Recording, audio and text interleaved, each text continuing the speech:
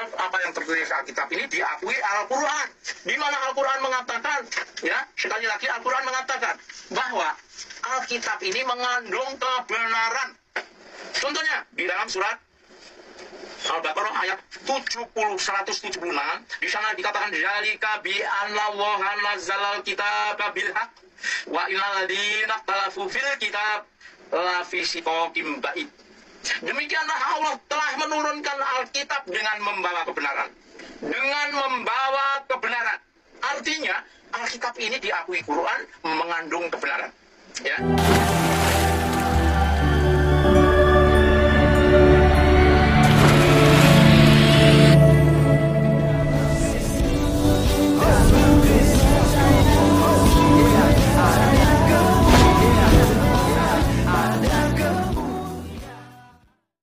Bismil abi wal ibni wal rohil kudus ilahu wahid. Pada video kali ini teman-teman sekalian kita akan menanggapin video daripada Tasik Ngaji. Di mana teman-teman sekalian dia itu mereaksi satu video seorang ustadz ya. Apakah ini sudah murtad ya, masuk ke agama Kristen? Kalau saya katakan sudah menemukan jalan yang lurus. Ya Tuhan, tunjukkanlah kepada kami jalan yang lurus. Dan kakek ini sudah mengenal jalan yang lurus. Mungkin gitu ya, semungkin itu karena Tasik Ngaji itu berkata bahwa kitabnya kakek ini ya, begitu ya. Nah, jadi begini teman-teman sekalian, dia membahas ya karena dia tidak terima ya, karena dikatakan bahwa Al-Quran itu membenarkan Alkitab ya, kitab-kitab sebelumnya, dan itu benar-benar tertulis dalam kitab suci mereka memang ya. Jadi akhirnya dia membahas ya tentang konsep Tritunggal, konsep penebusan dosa di kayu salib, dosa waris ya, dan beberapa hal lagi yang dibahas oleh Tasik Ngaji ini terhadap iman Kristen ya. Dan nanti kita akan bahas teman-teman sekalian ya. Karena tentu saja hal ini perlu kita luruskan dan ajarkan tentang ajaran Kristen. Supaya banyak jiwa yang menjadi percaya kepada Tuhan Yesus Kristus. Oleh karenanya mari kita langsung saja untuk simak videonya berikut ini. Apa yang tertulis Alkitab ini diakui Al-Quran. Di mana Al-Quran mengatakan, ya, sekali lagi Al-Quran mengatakan bahwa Alkitab ini mengandung kebenaran. Contohnya di dalam surat Al-Baqarah ayat 176, di sana dikatakan zalika bi annallaha nazzalal kitaba bil haqq wa innal ladzina ikhtalafu fil kitab la fi shiqaqin ba'id. Demikianlah Allah telah menurunkan Alkitab dengan membawa kebenaran. Dengan membawa kebenaran. Artinya Alkitab ini diakui Quran mengandung kebenaran. Ya. Dan sesungguhnya orang-orang yang berselisih paham tentang kebenaran Alkitab. Jadi siapapun orang yang mau Islam, mau Kristen, mau Buddha, mau Hindu, siapapun orangnya yang mempersoalkan Alkitab, sesungguhnya mereka menyimpang jauh. Sekali lagi, siapapun orangnya yang mempersoalkan kebenaran Alkitab, mereka menyimpang jauh dari kebenaran itu. Ya. Karena apa? Karena Alkitab itu sekali lagi mengandung kebenaran. Sangat luar biasa, menggebu-gebu ketika menyampaikan khutbahnya di depan jemaat, di depan kamera untuk disampaikan ke semua umat. Beliau ini sudah sepuh umurnya sebagai kakek-kakek, dan dikatakan di awal tadi bahwa Al-Quran itu membenarkan seluruh isi Alkitab. Yang dimaksud Alkitab oleh kakek ini adalah Bible ya. Nah ini bacaannya. Nah yang dimaksud oleh kakek ini adalah Alkitabnya, Bible-nya umat Kristen. Jadi Al-Quran itu membenarkan isi Alkitab ini. Jadi mohon maaf, semoga kakek ini bisa menonton tayangan kami. Dan kami berharap dan kami berdoa semoga kakek ini panjang umur dan bisa melihat kebenaran Islam. Baik, dalam ayat tersebut Alkitab itu bukan merujuk kepada Bible. Sekali lagi, Alkitab bukan merujuk kepada Bible. Kenapa saya katakan demikian? Karena bertolak belakang dengan Al-Quran. Tidak sama isinya dengan Al-Quran. Bayangkan, dalam konsep ketuhanan saja, itu sudah berbeda. Di dalam Bible ini, atau di dalam ajaran yang umat Kristen, ada yang kemudian konsep Trinitas. Di dalam Islam tidak. Dalam Islam ada yang namanya konsep Tauhid, mengesahkan Allah, menyembah kepada Tuhan yang satu. Maka sangat keliru luar biasa kalau misalkan Al-Quran, mohon maaf saya katakan demikian, karena memang kakek ini sudah menyangkut paut Alkitab kepada Bible, maka kami sebutkan di sini Al-Quran tidak membenarkan Bible. Yang kedua, Di dalam Bible sendiri itu ada konsep penebusan dosa di tiang salib. Maka dalam Islam tidak ada seperti itu. Bagaimana cara penebusan dosa? Ya kita bertobat kepada Allah Subhanahu wa taala. Ketika kita melakukan kesalahan, kita kembali kepada Allah, tubu ilallahi taubatan nasuha, kata Allah. Jadi kita datang kepada Allah, menyesal terhadap apa yang kemudian kita pernah perbuat, kemudian kita berdoa dan kita bertobat kepada Allah Subhanahu wa taala, mengakui dosa yang pernah kita laksanakan dan berjanji untuk tidak mengulangi lagi kesalahan tersebut, maka insya Allah dosa oleh Allah akan diampuninya.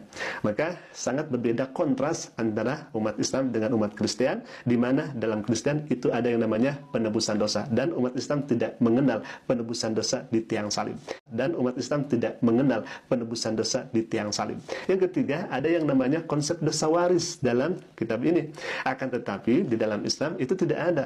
Ketika kita melaksanakan dosa, ya ditanggung masing-masing. Dosa Nabi Adam tidak bisa ditanggung oleh umat manusia. Kemudian dosa kita tidak bisa ditanggung oleh yang akan menebus dosa, misalkan Isa atau Nabi Isa alaihissalam atau yang disebut dengan Yesus. Tidak. Dalam Islam tidak ada konsep seperti itu. Jadi kalau misalkan kakek ini menyebutkan Al-Quran membenarkan seluruh Alkitab yang dimaksud oleh kakek ini adalah Bible, maka itu tidak benar. Apa yang kemudian dibenarkan oleh Al-Quranul Karim? Yang dibenarkan oleh Al-Quranul Karim bukan Alkitab punya kakek ini, Bible ini bukan. Oke, teman-teman sekalian, itulah yang kita sudah dengarkan bersama dari Tasik Ngaji ya, dari video reactionnya terhadap pernyataan seorang ustadz atau mungkin seorang Kristen ya, udah tinggalkan Islam kali ya, karena dari pemaparan kakek tadi itu ya kemungkinan besar dia itu udah percaya pada Tuhan Yesus Kristus, maka dia pasti akan memperoleh kehidupan kekal. Tidak mudah-mudahan ya, tidak insya Allah ya. Nah, teman-teman sekalian, tentu hal ini kita akan bahas. Yang pertama sekali adalah Tasik Ngaji berkata bahwa yang dimaksudkan oleh Al-Quran adalah Alkitab, itu bukan Alkitab yang ditunjukkannya di kamera tadi, ya kan? Tulisannya Alkitab tapi mereka menganggapnya Bible ya. Nah, jadi ini lucu teman-teman sekalian ya. Bagaimana mungkin tidak merujuk kepada Alkitab sementara Alkitab itu dalam bahasa Inggris adalah Bible ya. Jadi itulah teman-teman sekalian yang bikin agak lucu sedikit ya. Karena mereka memaksakan, nanti kalau bilang Alkitab itu kan merujuk kepada Al-Quran begitu ya. Seperti yang mereka narasikan selama ini. Nah, jadi gini, kalau seandainya mereka mengerti bahwa Alkitab dalam bahasa Inggris itu adalah Bible, maka itu mereka tidak perlu beda-bedakan gitu. Ya saya tahu memang tujuannya, karena kan misalnya kata Allah, ya kata Alkitab, kata Rasul itu kan milik Islam begitu ya. Assalamualaikum itu kan milik Islam gitu. Padahal orang-orang Kristen yang ada di Arab itu ya mereka mengucapkan kata-kata itu juga. Alhamdulillah ya kan. Kayak tadi di awal saya katakan Bismil Abi wal Ibni wal Rohil Kudus Ilahu Wahid.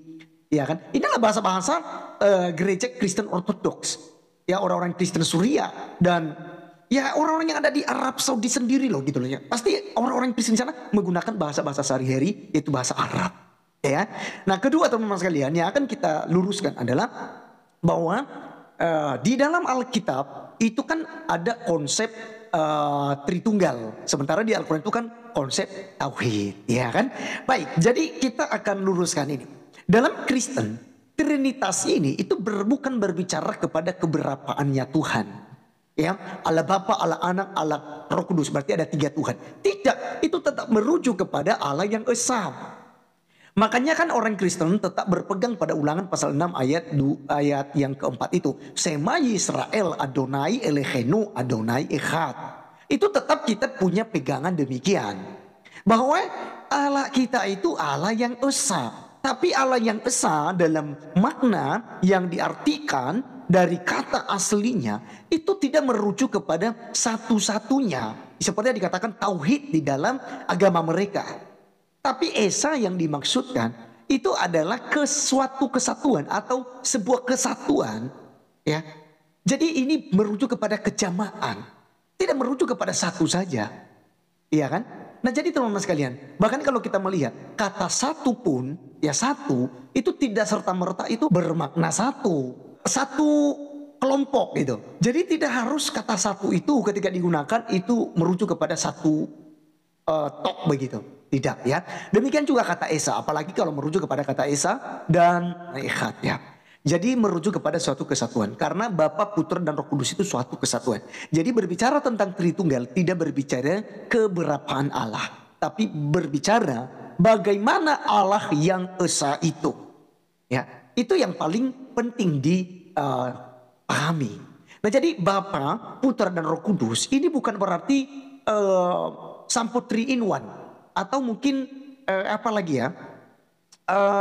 Triteisme yang selalu mereka tuduhkan begitu. Karena Tritunggal itu ya 3 pribadi dalam satu hakikat, dan dia itu satu kehendak, satu tujuan, ya, satu karya, ya. Dan itu mereka tidak pernah terpisahkan. Itu Tritunggal, teman-teman sekalian. Ya, jadi sangat gampang sekali. Jadi kita tidak perlu menuduh, mengatakan bahwa Kristen punya 3 Tuhan. Tidak sama sekali. Ya. Jadi Tritunggal itu Bapa, Putra, Roh Kudus itu satu kesatuan. Kenapa? Karena Bapa itu adalah sang sumber. Kita sebutnya sebagai sang sumber, teman-teman sekalian. Kemudian sang sumber ini punya firman. Yang adalah firman ini adalah kecerdasannya. Gitu ya. Jadi itulah Yesus Kristus yang muncul menjadi manusia. Kemudian Allah itu roh. Yang kita sebut sebagai Roh Kudus. Yang menyertai kita sampai kepada akhir zaman. Yang berdiam diri di dalam orang-orang percaya pada Yesus Kristus. Jadi itu tentang Tritunggal. Yang ketiga, dia katakan bahwa dalam Kristen karena ada konsep yang namanya penebusan dosa di kayu salib. Jadi begini teman-teman sekalian. Kenapa ada konsep penebusan dosa? Ya. Jadi sebenarnya kalau mereka membaca Alkitab yang disuruh oleh Al-Quran mereka bahwa beriman kepada kitab-kitab sebelumnya yaitu Taurat, Zabur, dan Injil. Maka sebenarnya mereka menemukan kenapa bisa ada konsep penebusan dosa ini. Jadi begini, orang-orang zaman dulu, ya orang-orang Israel zaman dulu itu mereka selalu memberikan kurban, ya untuk penghapusan dosa. Karena itulah cara Allah yang pertama kali yang dilakukan di dalam Kejadian pasal 3 ketika manusia jatuh di dalam dosa. Dan karena mereka sudah jatuh dalam dosa, tidak mungkin mereka ini bisa menyelamatkan diri mereka sendiri. Akhirnya Tuhan melakukan kurban yang pertama kali, yaitu mengambil seekor binatang untuk dikorbankan. Lalu kulitnya diambil untuk dipakaikan kepada Adam sama Hawa. Ya kan? Tapi itu tidak melunasi hutang mereka, hutang dosa mereka. Mereka tetap diusir dari Taman Eden. Dan teman-teman sekalian, turun-temurun melalui perintah Tuhan, mereka harus tetap mempersembahkan kurban untuk penghapusan dosa dan penghapusan salah mereka.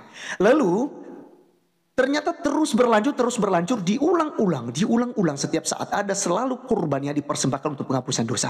Nah, Yesus Kristus adalah penggenapan dari hukum itu. Lukas 16 ayat 16. Kitab para nabi berlaku sampai Yohanes, ya.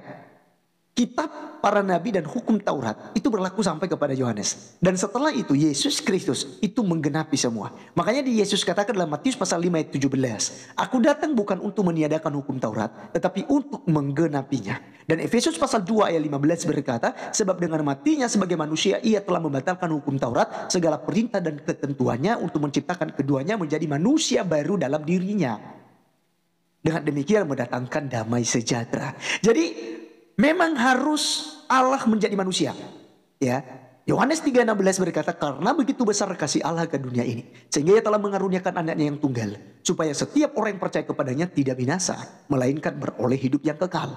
Jadi Yesus Kristus dipersiapkan Allah. Ini adalah sang firman Allah dan dia adalah Allah. Karena firman itu adalah Allah itu sendiri, maka dia mengambil rupa seorang manusia dan mati di atas kayu salib. Dengan matinya di kayu salib, dia menggenapi kurban-kurban yang dipersembahkan di perjanjian lama itu. Pada akhirnya Yesus Kristus berhasil, ya, dia mati, tetapi ingat tidak mati selamanya. Dia bangkit pada hari yang ketiga lalu kembali ke sorga. Kemudian dosa warisan Adam itu pasti menanggung dosanya sendiri kok, ya kan? Tapi apa yang diwariskan oleh Adam yaitu tabiat. Kalau saya selalu katakan pabrik dosa itu.